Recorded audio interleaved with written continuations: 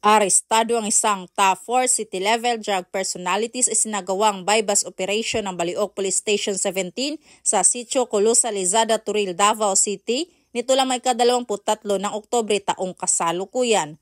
Kinilala ni Police Major Harold S. Untalan, Acting Station Commander ng Baliok Police Station 17 ang suspect na si alias Brad, 42 anyos na pawang residente ng nasabing lugar. Ayon kay Police Major Untalan, nahuli ang suspect na mga tauhan ng Baliok Police Station 17 Davao City Police Office sa koordinasyon ng Philippine Drug Enforcement Agency o PDEA.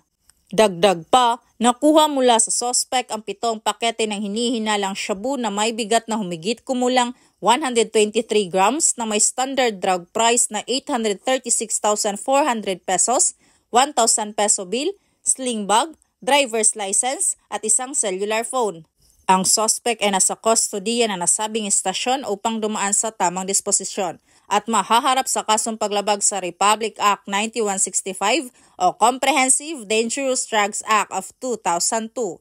Samantala, ang Police Regional Office 11 sa pangunguna ni Police Brigadier General Leon Victor Rosete, Acting Regional Director sa kampanya nito kontra kriminalidad, alinsunod sa kampanya ng Bagong Pilipinas na panatilihin ang kapayapaan at kaayusan tungo sa kaunlaran ng bansa. Mula dito sa Davao Oriental Police Provincial Office, ako ang inyong PNN Correspondent, Patrolwoman Daphne Pasaol, alagad ng batas, tagataguyod ng balitang pulis.